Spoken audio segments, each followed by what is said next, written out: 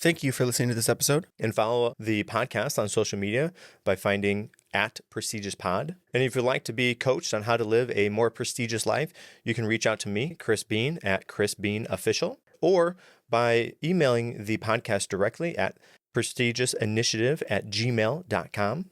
Lastly, sign up for our newsletter either through social media or on our website. This is the Prestigious Initiative. Welcome. I'm Chris Bean. Today I have a remarkable guest, Chris Terzakos. Chris is an entrepreneur, a self-healing coach, an author of 3 insightful books: Hernia Without Surgery, Natural Testosterone After 60, and Belonging to Yourself. With over 40 years of leadership experience in construction industry and a successful tenure as a champion baseball coach, Chris has dedicated his life to self-growth, helping others achieve an optimal well-being. Chris, welcome to the show. Oh, thank you for having me on your show, Chris. Thank you. Chris, why would somebody want to listen to our conversation here today? There's a lot of wisdom there, a lot of experience, a lot of wisdom, a lot of adversities, different situations. Maybe they can learn from it. Maybe they ran into the same things that I did throughout their life, and we're just here to pass the word on to someone else. Maybe we can help somebody. Very good. All right. So, Chris, share with me your journey from being 40 years in the construction industry, having a career there, to now being a self-healing coach and author. What does that journey look like? Well, the construction basically, it just happened. I was young.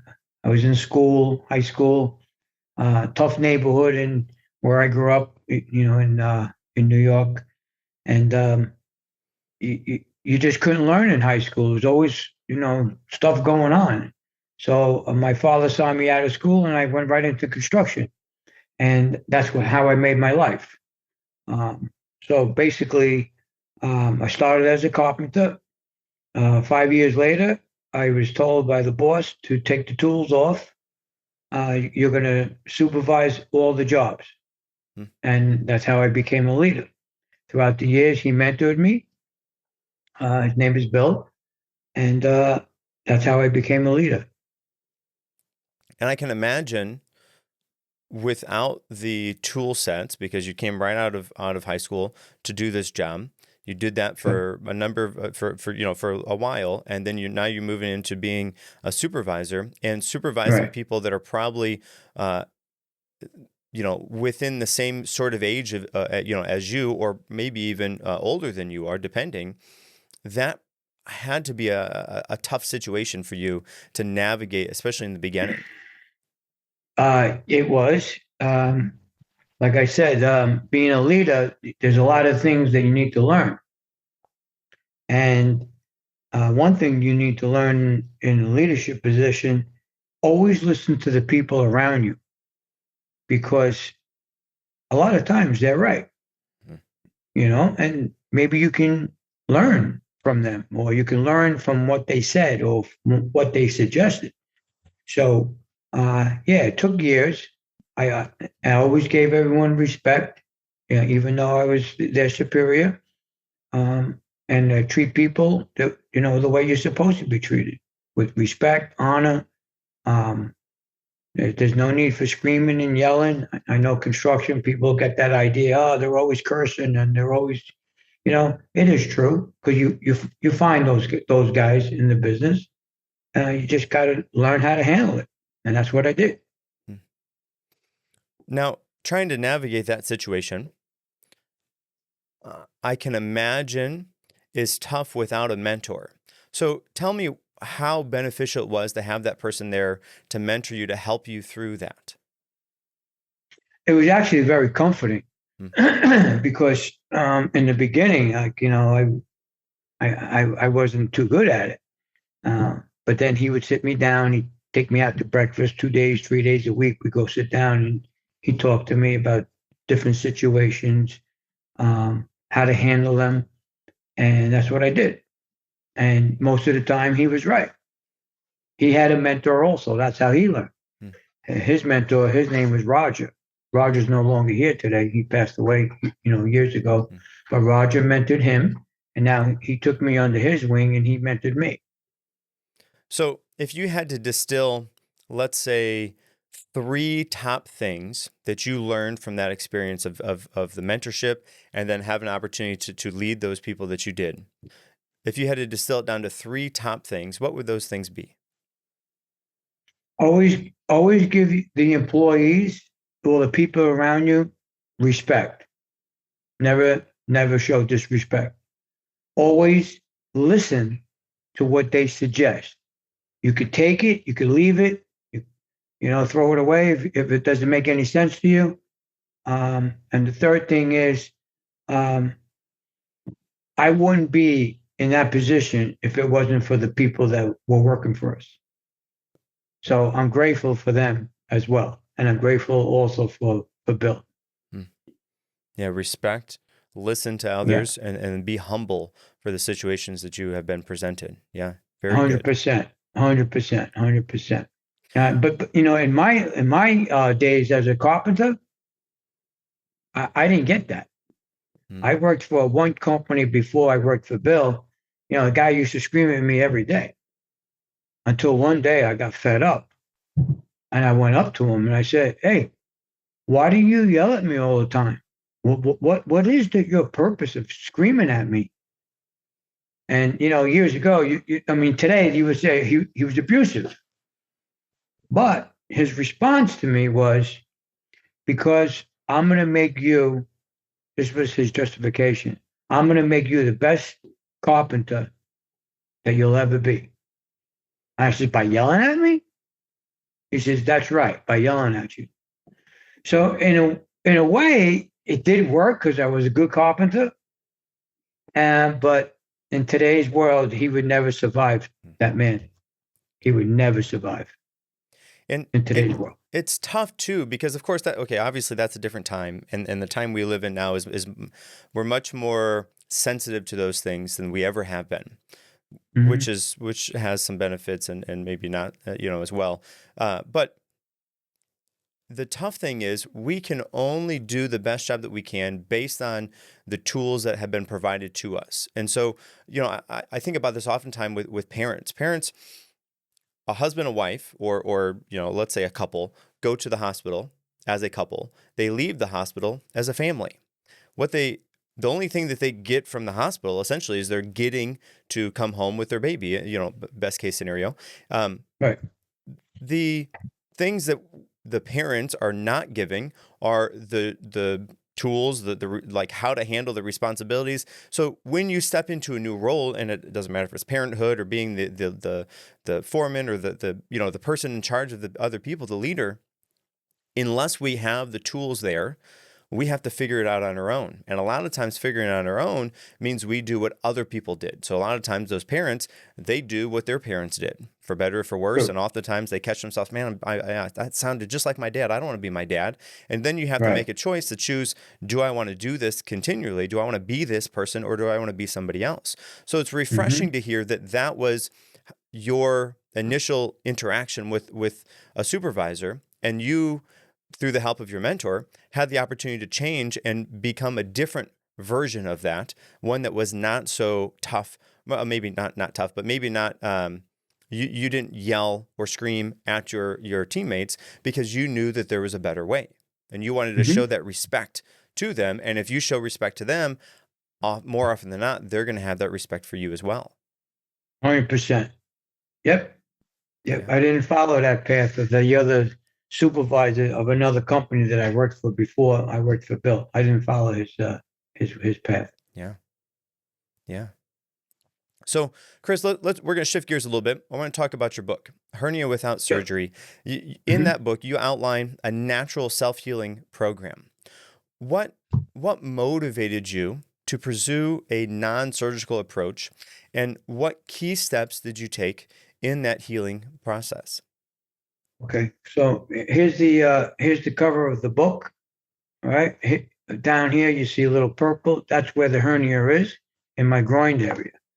So I go to the doctor. Make a long story short, he looks at it. You got a hernia. I said, okay, great. What do we do? He says, I'll set you up for surgery next week. I says, not so fast, not so fast. Let me think this one over. So I went home, I thought it over, I think about it, and I said, you know what? I'm not going to do this. I'm going to figure out a way to self-heal. And that's what I did. I tried a bunch of different remedies, did a lot of research on the computer. I got a couple of books. I looked through a few books. And then I came up with a remedy of my own that worked. And the hernia will always be there. Well, when you perforate that hole through the six layers of your skin, that hole will always be there. Now, how do you maintain it? And that's what I learned. I learned how to self-heal it, maintain it, shrink it. I mean, today you don't even notice that I have a hernia today. Does it flare up occasionally? Yeah, it'll flare up.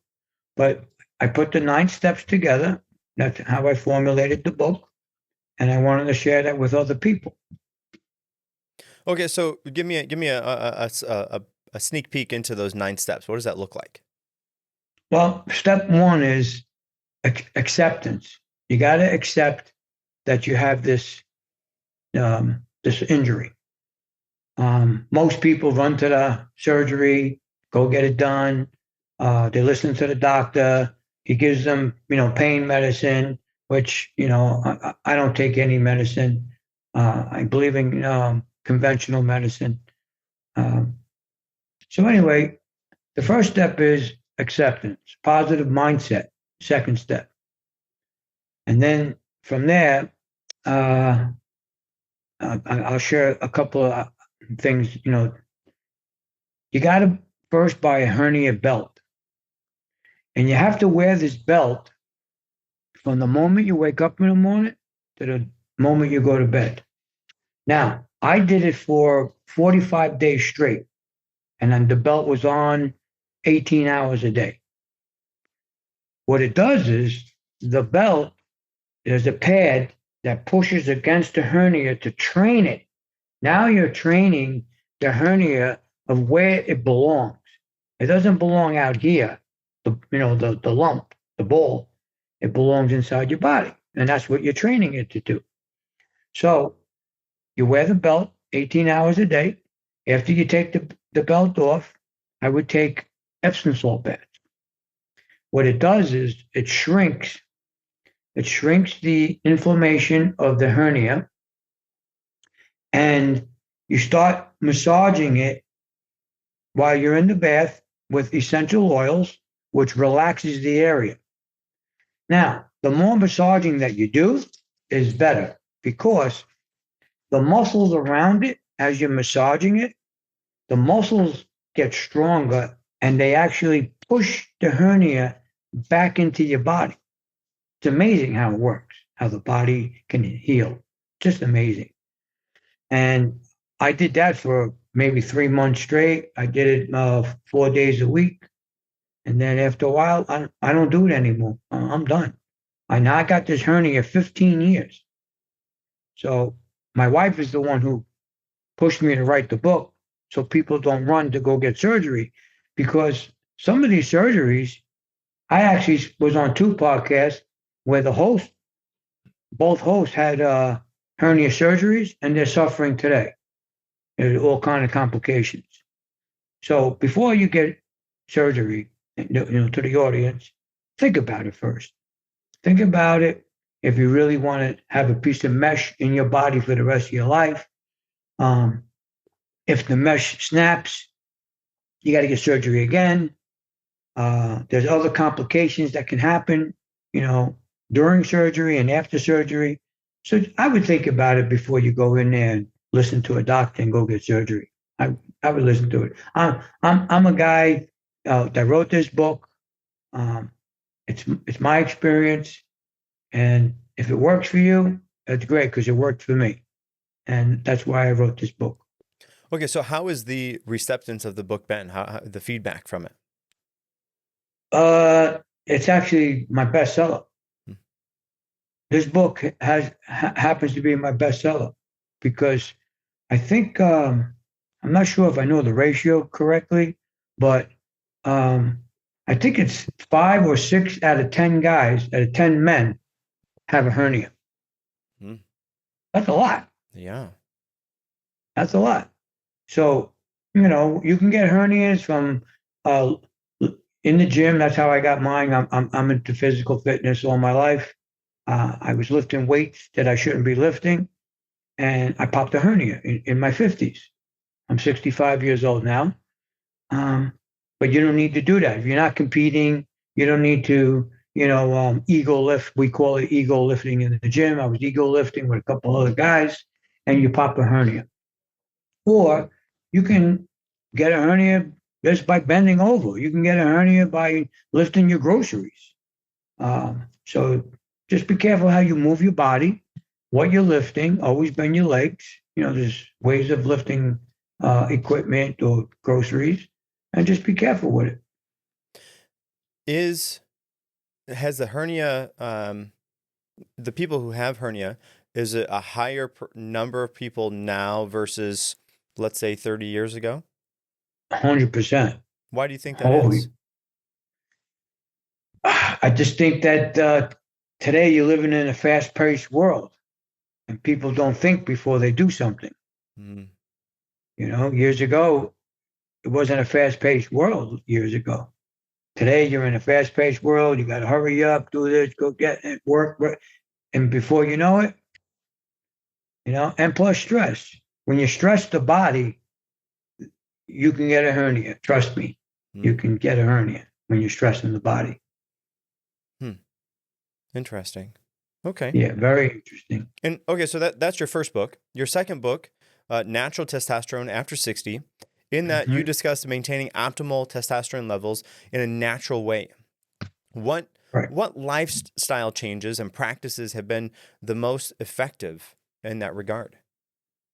Okay. So here's the cover of the book. You can see that's me. This was taken about 8 months ago.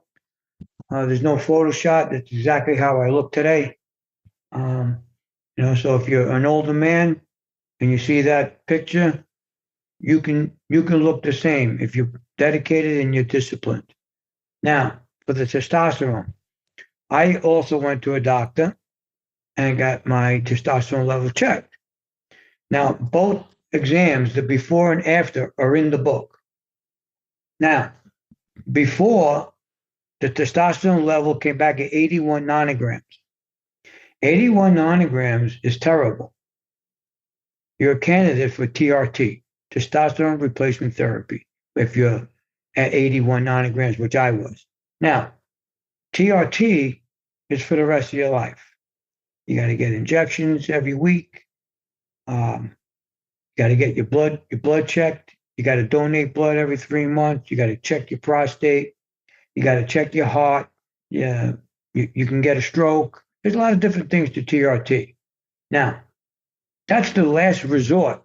If you can't if you can't increase your testosterone, I recommend you go on TRT with a doctor supervision only. Don't go on TRT without a doctor. You'll run into a lot of complications. So, yeah, feeling tired, no energy, not ambitious, are all the signs of low testosterone. Us men, we need testosterone. Low libido. Um, just so now the things that I did because I didn't want to go on TRT, the doctor wanted to put me on TRT, and I said no. I did the same thing with the hernia stuff. I said no, no, no, no. Let me think this over.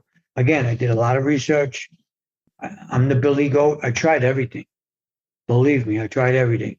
And let me tell you, 80% of what they advertise is all BS. You got to find the right remedies. All that stuff, raise your testosterone, all these things, drink this, do that. They don't work. But I found the items that work. And that's another reason why I wrote this book. So people don't go out and be gullible and buy all this stuff that you see advertised about raising testosterone because it doesn't work. Now, what works? Now, in my book, after my 9-month program or 8-month program, I went back to a holistic doctor and got my blood levels checked. And my testosterone went from 81 nanograms 9 months before. Now it's up. This test came back at 650 nanograms. That's pretty damn good. Yeah. I couldn't believe it myself. So when I got back into my vehicle, what does my wife say? Write another book. I said, really? Write the book. You have to. I said, okay. So I wrote the book. Now, what increases testosterone naturally? Sunlight. If you can get natural sunlight 30 minutes a day, sunlight is ideal. Vitamin D. Now, if you can't get sunlight, then I would recommend you take a supplement, vitamin D supplement. I would recommend that you go on 5,000 IUs or 10,000 IUs, depending on how low your testosterone is. So if your testosterone's like 250 or 300, I would go on 5,000. But if it's low like mine was at 81 or 100, take 10,000 IUs 5 days a week. And you could take it like Monday and Tuesday, Wednesday off, Thursday and Friday. You could do it like that, or just do 5 days straight and 2 days off. I don't believe in taking anything 7 days a week. So vitamin C is essential. A good night's sleep. You know, you need a good 8 hours sleep. And the reason for it is while you're sleeping, your body is producing two things: testosterone, human growth hormone. And those are two essential items that we need as men. So a good night's sleep, vitamin D, or natural sunlight. Now, there are other major things. I mean, food. Food can increase testosterone tremendously. Now, if you're eating fast food, forget it. If you're eating sugar, forget it. The sugar, the insulin goes up. What follows the insulin? Estrogen. What are two blockers of testosterone? Sugar and estrogen. So you're already in the losing battle. So you got to get rid of the sugar, and please, you got to eat healthy. I'm 100% organic. Strawberries, blueberries, everything's organic. Vegetables, organic. I only eat grass-fed meat. Now, grass-fed meat will increase testosterone. Okay? If you're eating meat with all the antibiotics in it and you think you're going to increase testosterone, it's not going to work. Sorry. But eat healthy. Grass-fed meat is healthy, whether it's a steak, chopped meat. I recommend you have it. Do I recommend eating it every day? No. I recommend once or twice a week, to increase your testosterone. Awesome. Now, what's even more powerful than red meat or grass-fed, let me specify that. What's more powerful than grass-fed meat is organ meat. Now, what is organ meat? Liver, kidneys, bone marrow. Great for increasing testosterone. Now, I know this is going to sound, a little weird because, a lot of people are going to say, I would never eat that. Testicles. If you ate organ meat, testicles, you know how good or beneficial that is to increase testosterone? That's probably the best, is animal testicles. I know it sounds weird, but it's not. They have a supplement. It's called Male Optimization. You can buy it on Amazon. Now, the supplement has all those remedies in it. It's got all the organ meat in it. So if you don't want to eat the meat, liver. You can eat calf's liver or beef liver. If you don't like eating that stuff, just go buy the supplement. I think you take 6 a day. Great for increasing testosterone. Now, more of details of testosterone is the androgen receptors in the body. We have androgen receptors all over the body: neck, shoulders, legs, muscle, in your muscle. If those androgen receptors, if they're not activated and the blood's flowing with the testosterone in the blood through the body, it's not going to work, because they got to go through the androgen receptors. And then all these receptors, think of a bunch of wires in your body. They send off the testosterone to your brain, your bones, your muscles, your prostate. Those are all the receptors. If they're not working, the testosterone is not going to work. So how do you activate androgen receptors? Great question. Somebody would say, right? Okay. To activate androgen receptors, the first thing to do is you got to exercise. If you don't exercise, you're not going to activate your androgen receptors. What's another way to activate them? Coffee. The caffeine will ignite the receptors. Now the receptors are alive. Now, don't go out and drink 10 cups of coffee to get the androgen receptors, to go. You don't need that. 1 cup of coffee, maybe 2 the most a day. I don't recommend drinking coffee all day. I'm going to give you another one. Another one is oysters. Oysters are tremendously high in zinc. And the oysters with the zinc in it will wake up the androgen receptors, activate them big time. I eat oysters every Friday. And you see how it works. Okay? The other item would be spicy food. Whether you like hot sauce or ginger. Okay? If I eat raw ginger every morning with a couple of pieces of pineapple. What it does is the ginger, it's anti-inflammatory, increases dopamines, increases serotonins. Now, this is where it's important. Increases blood flow. And that's what we need. We need that blood flow to get the production of testosterone, to run it right through the androgen receptors, and now you're good. Everything's good. Bones, muscle, brain, prostate, everything's working. So that's basically the formula. Stress. We have cortisol. Cortisol will block production of testosterone. Now you got to manage stress. How do you manage stress? Well, 1 is exercise. 2 is walking. I don't recommend running. If you want to run, that's fine. But I don't recommend running, more than 2 miles. I do high intensity interval training. Great for producing testosterone. Shit. You go lift, drop it, get on a treadmill, and do a sprint for about a minute, real quick. And then come back, do another set with the weights, get back on the treadmill. I also use what they call the assault bike. Most of the UFC fighters, they use that bike.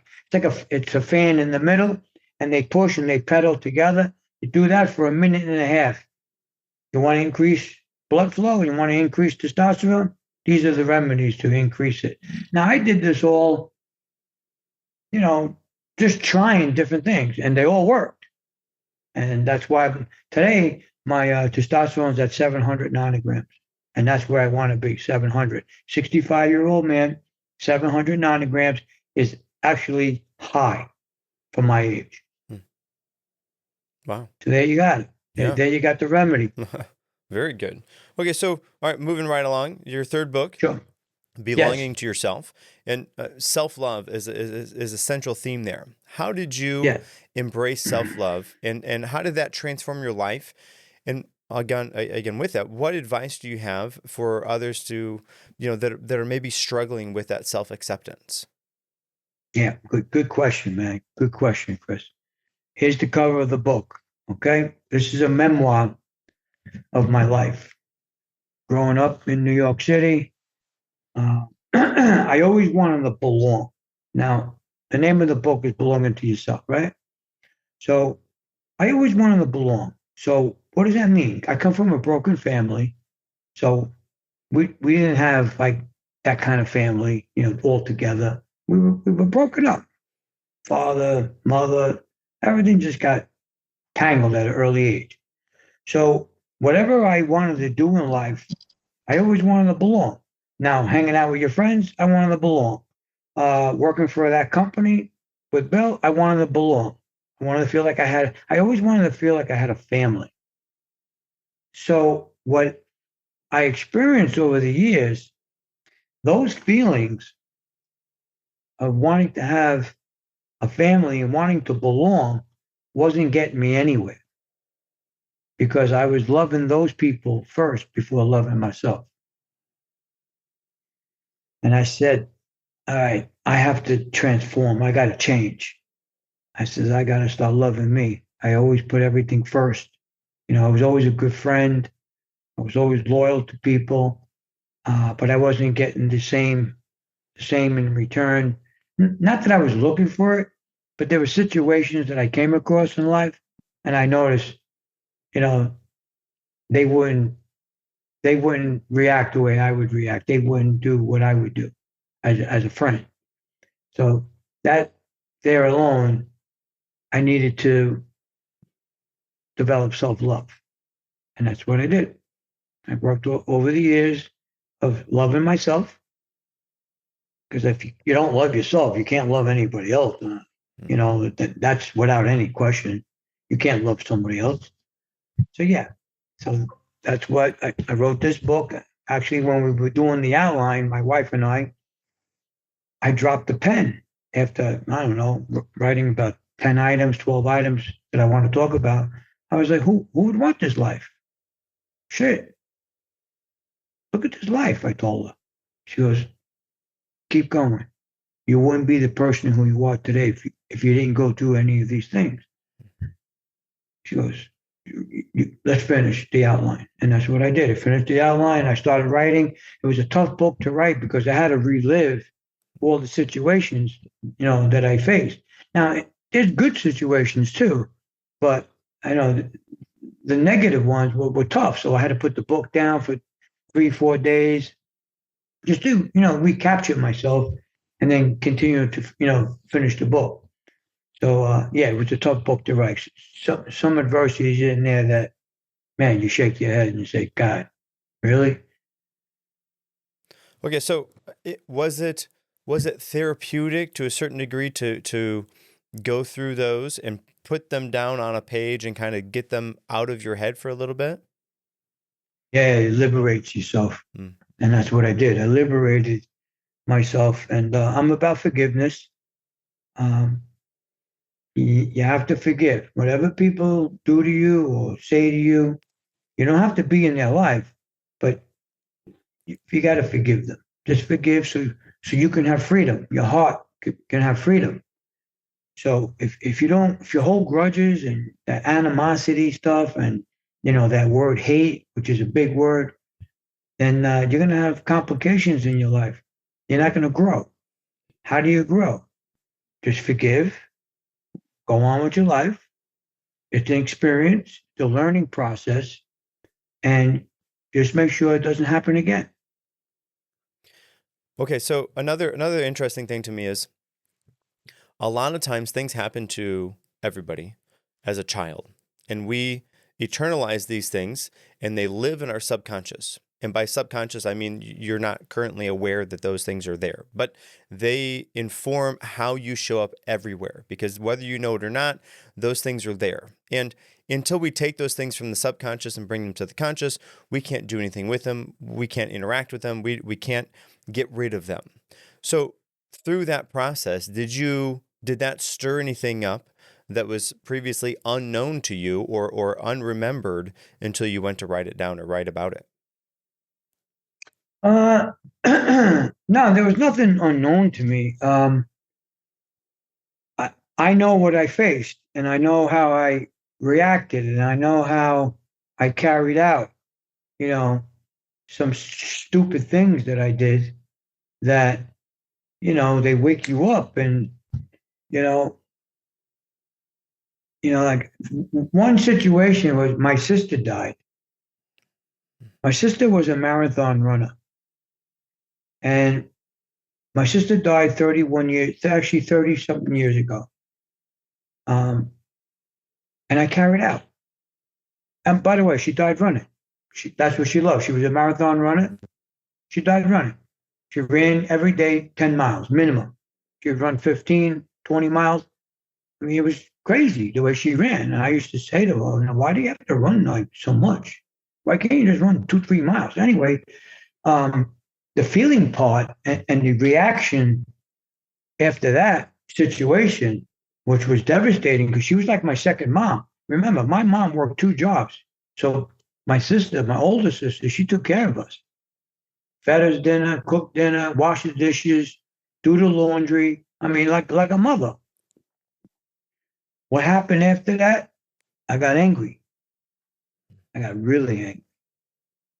And I did stupid things. And I got caught. I got arrested. I was mandated by the court that I had to go in anger management because I was angry. And that was the best thing that I ever did, by the way, went to anger management. I I first I gave the therapist a hard time at first, the first month. After that, it was twice a week, mandated by the court. Twice a week. I couldn't wait to go to anger management because I was learning a lot. I was learning a lot because I didn't have the parents to teach me that. So I learned a lot from this lady, great lady, by the way. So I couldn't wait to go see her. Thursday came. Oh, anger management. Can't wait to see Linda. Her name was Linda. And it was working. Everything worked. And I'm grateful for it. So if anyone out there, you're angry about something, grieving, or if you're grieving and you're angry about it, go talk to somebody. It doesn't hurt. You know, somebody's going to make fun of you because you want to go talk to someone. Well, go pick up a book, self-healing book. You could do that. So, in my life, I so it was, I guess, good or not that I got arrested because who knows where I'd be today. Maybe I won't be alive today. Maybe I'd be a bad person. But I turned out to change my life around, transform my life. And that's why I'm here on this podcast, writing that book to help people. Okay, so thank you for sharing all that. As well. I know that sometimes it's tough to talk about those tough times. So thank you for that. You are also a 3-time champion baseball coach. True. Okay, so what leadership principles did you apply to help to guide your team to those successes, and how can those principles translate into personal development? Great question, too. Basically, you treat it the same way I mentioned earlier about leadership. You treat it almost the same way. So the baseball kids, right? I knew they had to be off the streets. The ages were 16 to 20-year-old. It was a senior division. The whole story is the league that I played for. I almost became a professional baseball player. I was scouted by the Atlanta Braves and I was scouted by the Cincinnati Reds. But that didn't happen because that was my fault. I didn't listen to the coach. A lot of shit was going on in my early age. Like I told you, I didn't have that parent guiding me. So with these guys, the coach said to me he has to do away with the senior division. And I was like, Bobby, you can't get away with it. You can't. These kids need to be off the streets in the summertime. So make a long story short, I went out and I scouted players. I went to my nearest neighborhood. I rounded up a bunch of guys Does anybody here play organized baseball? Make a long story short, I was able to put a team together, continue with the senior division. I wrote the check to the league because they needed money for uniforms, baseballs, bats, traveling, because it was a traveling team. Elite baseball. When I talk about elite baseball, this is like Sandlot Alliance baseball. Hmm. And we got together. Now, to answer your question, I had it. A lot of guys didn't get along. There was like these Catholic high school kids. I put them together with street kids, and it was like an explosion. I was like, shit. And I, said, you guys got to get along. So I had to figure out how to do this. How they going to get along? So I took them out of baseball, away from baseball. I said, we're going to have barbecues. Tomorrow we're all going to go bowling. And I took care of everything just so they could start making friends outside of baseball. Then when we got back to the baseball field, it started to flourish. I was like, wow, look at this. John and Ryan, wow, they hated each other, these two. Now look at them. They're hugging each other, talking, good, laughing. So that worked. And I always gave the players respect, and I always listened to them. Now, I said this earlier in business. Always give respect to your employees. Now, in baseball, I did the same thing. Give the kids respect. Listen to them. They said, Coach, we need this. Coach, we should do this. You listen to them. If it makes sense, you do it. If it doesn't make sense, you don't do it. So anyway, so the remedy worked, and we became successful. We won 3 championships, which is another grateful time of my life. I'm happy I did it. Today they're all successful. They got good jobs. They learn leadership. Every time they run into me, occasionally, they always, hug me, put their arm around me, and, they thank me for those good days. Well, I can imagine as you felt with the mentor that you had, they have that sort of connection with you. And having that connection with somebody, having a mentor in your life that can help to shape and mold you, to help to put you on the right path, or to help you learn things that you wouldn't have otherwise learned, is so helpful. And it's really tough because we don't have those type of people that are around us all the time. And that means we have to go and find those people, which is tough because it doesn't work for everybody. Not everybody can be a mentor, even though they call themselves mentors or coaches or whatever they want to call it. But on top of that, you have to be accepting of the information that the mentor is giving you, because you can have a mentor and you don't listen to them because you don't agree or like or whatever, or probably what happens is they tell you not what you want to hear but what you need to hear, and you don't want that, you don't like that, so you don't listen, and then you botch that whole relationship. And so it's a give and take relationship, but it is so rewarding on both sides, which is so helpful. And because then, like again with you had the opportunity to have a mentor early on. Then you had the opportunity to be a mentor. And I would fetch to imagine that some of those kids that you helped, that you coached, would go on at some point, let's say 2% of them, they become a coach. And then that, again, cycle continues on, which is so interesting. Yes, that's correct. Yep, for sure. Yeah. So, if you're watching any like basketball or any sporting events, and when they interview like a player, football player, or baseball player, they always thank their parents or their high school coach or their college coach, because those are the people that brought them to where they are today. So a lot of guys, I thank my mother. She's a single mother. If it wasn't for her, she kept me in football, And you know what? I get sensitive every time I hear that. I was like, look at this guy. Another guy thanked his high school coach. Thank my high school coach. The way he mentored me through, got me on to Alabama or got me on to Texas, college, and they became a professional player. So yeah. So if you do have a mentor in your life, boy, please, gratitude is number one. Mm-hmm. Gratitude. Yeah. All right. So, Chris, looking ahead, do you have any projects or goals that you are excited about?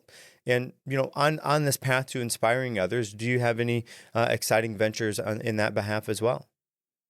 Actually, we do. My wife and I were planning on moving to Hawaii to open up a healing center. Mm, nice. So yeah, and we just started the progress. My wife's she's very ambitious, and we open up a healing center. And people can come on retreats. We have talks. Uh, we mentor people, um, and that's it. That's the only thing I do talk to people when they call about fitness, about eating healthy. Um, And the only things that you really need to know when you want to transform your life, you just got to be dedicated and you got to be disciplined. Hmm. Those two, the two D's, discipline and dedication. Once you got that, you're on the right path. Hmm. Well, Chris, I want to say thank you for sharing your profound insights and experience with us here today. Your dedication to self healing, leadership, and healthy aging is truly inspiring. And before we wrap up, do you have any key thoughts or final takeaways you'd like to leave the listeners with? And what would be a good way for the listeners to get in contact with you or to learn more about you? Yeah. So to contact me on my website, healingwarriors.com. Warriors is plural. So it's healingwarriors.com. I'm on YouTube channel. I have Instagram. All my information is there, contact, phone numbers, emails. Uh, so just to leave off the audience with one last note, don't let anyone stop you from your mission or goals in life. Don't let anyone get in that way. There's no interference. Just keep going. Well, thank you. Thank you, Chris. And listeners, remember the journey to self improvement begins with self love and the courage to take the first step. Until next time, stay courageous, stay committed, and keep striving for a prestigious life.